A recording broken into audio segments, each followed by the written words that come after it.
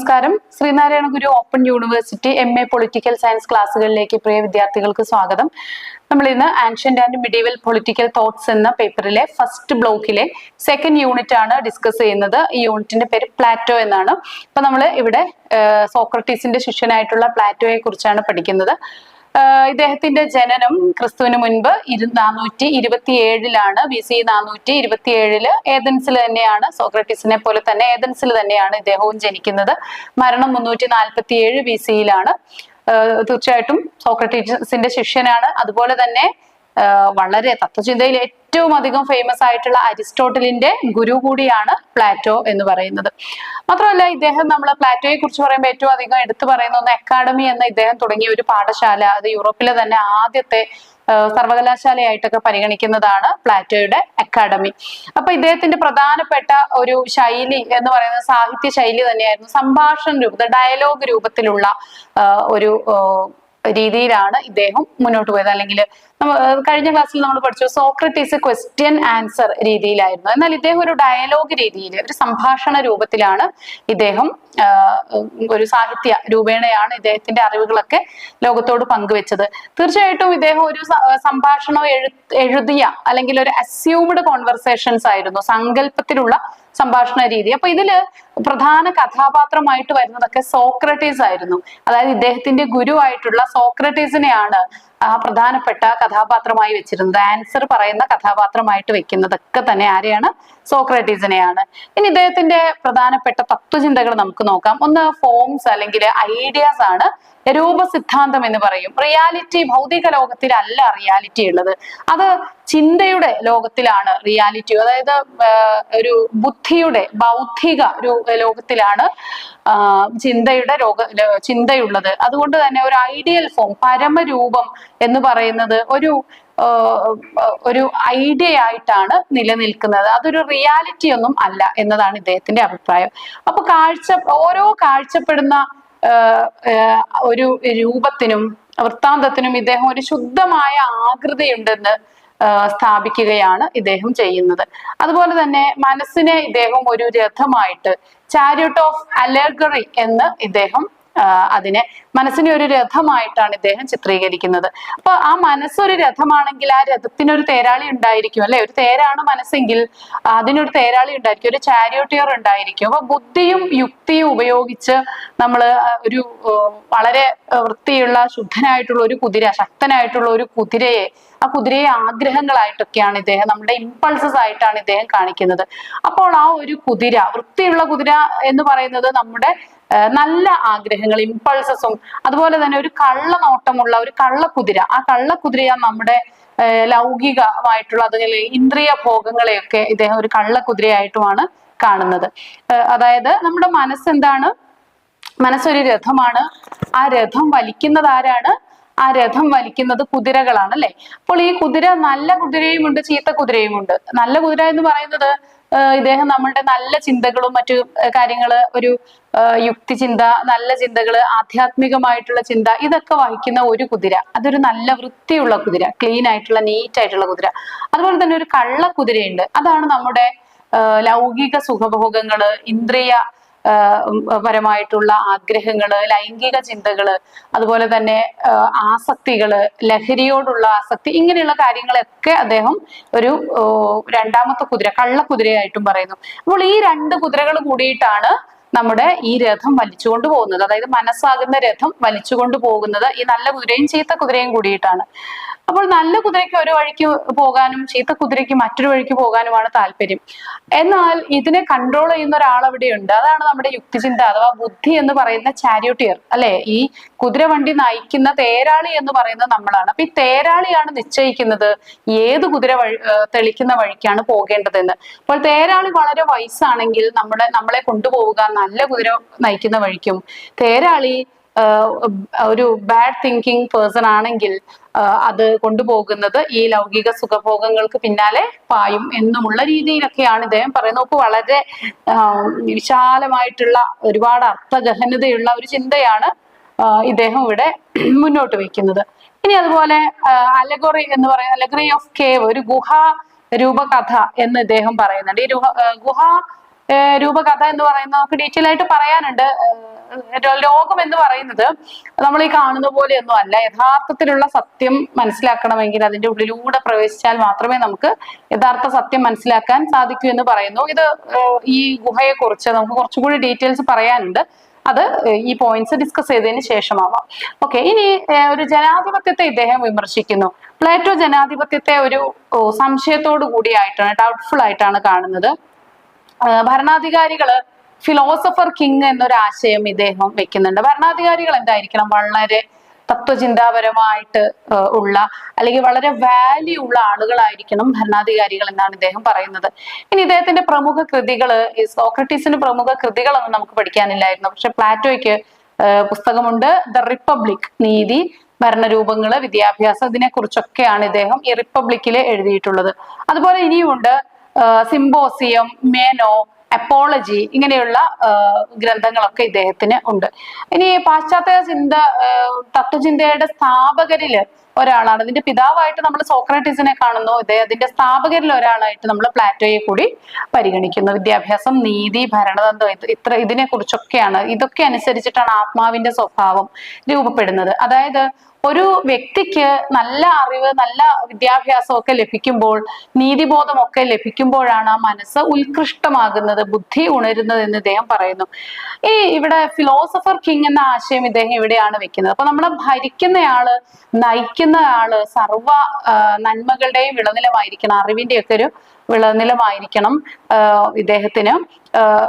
Republic എന്ന ഗ്രന്ഥത്തിലാണ് ഇദ്ദേഹം ഈ ഒരു ഫിലോസഫർ കിങ്ങിനെ കുറിച്ച് പറയുന്നത് കേട്ടോ. അതുകൂടി ഒന്ന് ഓർത്തിരിക്കുക. റിപ്പബ്ലിക് എന്ന പ്ലാറ്റോയുടെ ഏറ്റവും അധികം ആഘോഷിക്കപ്പെട്ട ഗ്രന്ഥം, ആ ഗ്രന്ഥത്തിലാണ് ഫിലോസഫർ കിങ്ങിനെ കുറിച്ച് പറയുന്നത്. അപ്പൊ ഭരിക്കുന്നയാള് വെറുതെ കായിക ബലം മാത്രം ഉണ്ടായാൽ പോരാ, കായിക ബലത്തോടൊപ്പം അല്ലെങ്കിൽ അതിനേക്കാളും ഒക്കെ എത്രയോ മുകളിലായിട്ട് തത്വചിന്തയുണ്ടായിരിക്കണം, നീതിബോധം ഉണ്ടായിരിക്കണം, സത്യത്തെക്കുറിച്ച് ധാരണയുണ്ടായിരിക്കണം, സത്യം പറയുന്നവനായിരിക്കണം.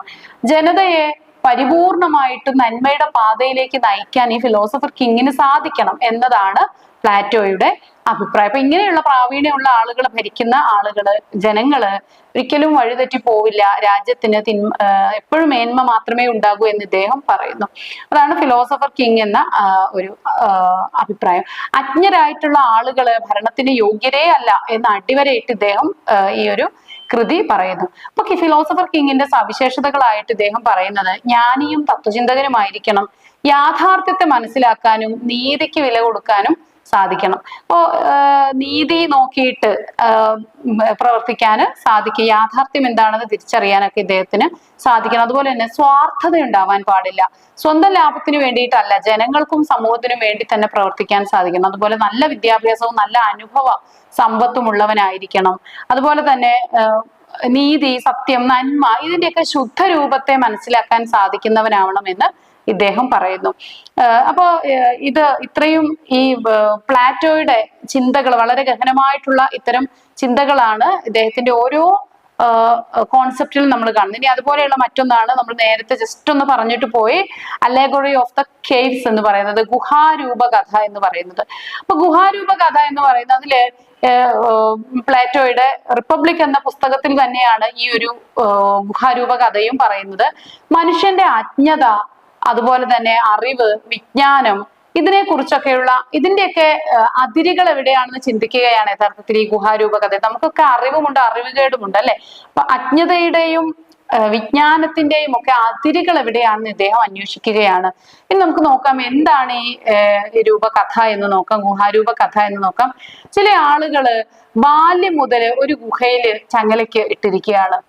ഈ ഗുഹ എന്ന് പറയുന്നത് പ്രത്യക്ഷത്തിലുള്ള ഒരു ഗുഹയൊന്നുമല്ല, നമ്മളുടെ ചിന്തകള് അല്ലെങ്കിൽ നമ്മളെ ചില ആശയങ്ങളുടെ അടിമകളായിട്ടാണ് പലപ്പോഴും നമ്മുടെ ചെറുപ്പം തൊട്ടേ നമ്മുടെ ചിന്ത പലപ്പോഴും ആശയങ്ങൾക്ക് അടിമയായിരിക്കും.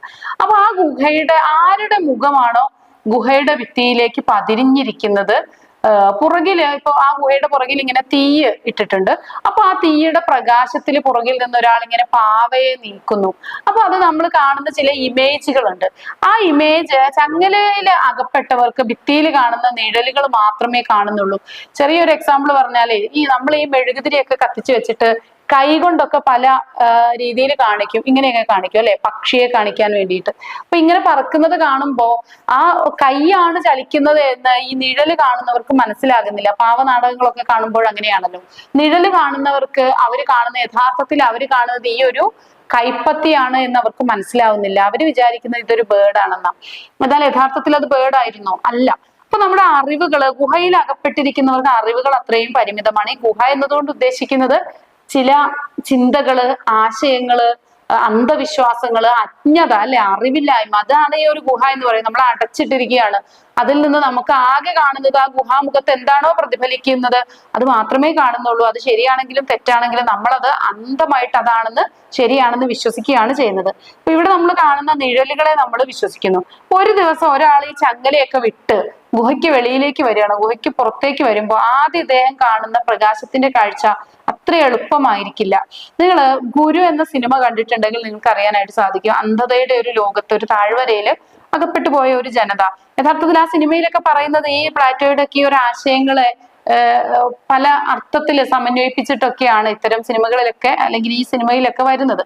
അപ്പോ ആദ്യമായിട്ട് കാഴ്ച ലഭിക്കുന്ന ഈ ജനതയെ ഹീറോ ഒരു ഗുഹയ്ക്കകത്ത് അടച്ചിട്ടിരിക്കുന്നത് നിങ്ങൾക്ക് കാണാനായിട്ട് സാധിക്കും. അങ്ങനെ ഈ ഗുഹയില് അടച്ചിട്ടിരിക്കുന്ന ആളുകൾക്ക് ഇരുട്ടിൽ നിന്ന് അവർക്ക് കാഴ്ച ലഭിച്ചിട്ടുണ്ട് അല്ലെ. അവർ ഇരുട്ടിലാണ്, പൂർണ്ണമായ ഇരുട്ടിലാണ് അവർ നിലകൊള്ളുന്നത്. ആ ഇരുട്ടിൽ വെച്ച് തന്നെ അവർക്ക് അന്ധതയ്ക്കുള്ള മെഡിസിൻ, ആ ഒരു ഔഷധം സേവിക്കാനായിട്ട് നൽകിയിട്ടുണ്ട്. ഔഷധ സേവ നടത്തി ഇപ്പോൾ അവർക്ക് കാഴ്ച കിട്ടിയിട്ടുണ്ട്.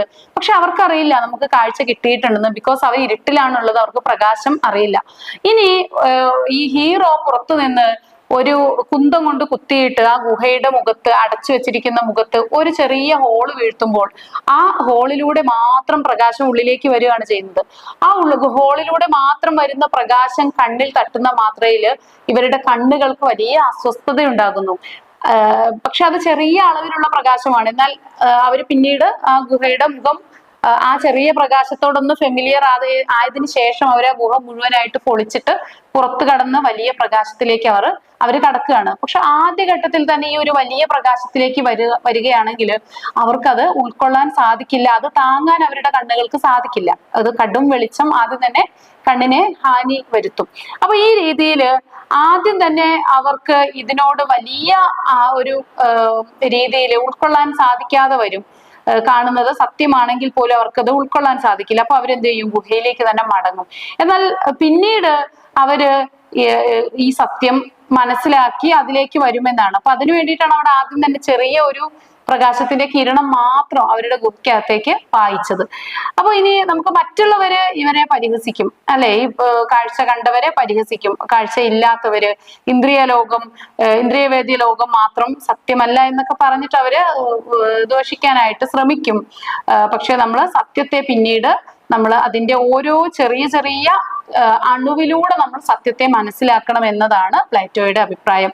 അപ്പോൾ ഇതൊക്കെ പറയുന്ന സമയത്ത് എല്ലാവർക്കും ഇത് പൂർണ്ണമായിട്ട് ഉൾക്കൊള്ളാൻ സാധിക്കില്ല. കാരണം തത്വചിന്തകൾ അങ്ങനെയാണ്. തത്വചിന്തകളുടെ ആഴവും പരപ്പും ഒന്നും നമുക്ക് എല്ലാവർക്കും മനസ്സിലാക്കാൻ സാധിക്കില്ല. നന്നായിട്ട് ചിന്തിക്കുന്നവർക്ക് മാത്രമാണ് അത് മനസ്സിലാക്കാൻ സാധിക്കുക. അപ്പൊ നിങ്ങൾ ഒരു എക്സാമിനേഷൻ പോയിന്റ് ഓഫ് വ്യൂവില് പ്ലാറ്റോയെ കുറിച്ചും അദ്ദേഹത്തിന്റെ ചിന്തകളെ കുറിച്ചും ഈ ഗുഹാരൂപകഥ, അലഗറി സ്റ്റോറിയെ കുറിച്ച്, അതുപോലെ ഫിലോസഫർ കിങ്ങിനെ കുറിച്ചൊക്കെ വിശദമായിട്ട് എഴുതുക. ഇത് മനസ്സിലാക്കാൻ ശ്രമിക്കുകയും ചെയ്യുക. ഓക്കെ. അപ്പൊ പ്ലാറ്റോയ്ക്ക് മുൻപ് നീതി എന്താണ് എന്നതാണ് പ്രധാനപ്പെട്ട ചോദ്യം. അതുപോലെ എങ്ങനെയാണ് നീതി സാധ്യമാകുക എന്നതാണ് ഇദ്ദേഹത്തിന്റെ മുൻപിലെ പ്രധാന ചോദ്യം എന്ന് പറയുന്നത്. ഓരോ ഘടകവും അതിന്റെ തെറ്റായ ദിശയിൽ പോകാതെ സ്വന്തം കർമ്മം ചെയ്യുന്നതാണ് നീതി എന്ന് ഇദ്ദേഹം പറയുന്നു. ഇനി പ്ലേറ്റോ ഇദ്ദേഹത്തിന്റെ ആശയങ്ങളെ എല്ലാം തന്നെ ഇദ്ദേഹത്തിന്റെ കൃത്യമായിട്ട് ഈ ഒരു ഗ്രന്ഥത്തിലൊക്കെ അദ്ദേഹം കൃത്യമായിട്ട് നോട്ട് ചെയ്ത് വെച്ചിട്ടുണ്ട്. അതുകൊണ്ട് തന്നെ ലോകത്തിന് ഇദ്ദേഹത്തിന്റെ അറിവുകൾ എളുപ്പം ലഭ്യമാവുകയും ചെയ്തിട്ടുണ്ട്. അപ്പൊ ഇത്രയാണ് നമുക്ക് പ്ലേറ്റോയെ കുറിച്ച് പഠിക്കാനുള്ളത്. Thank you.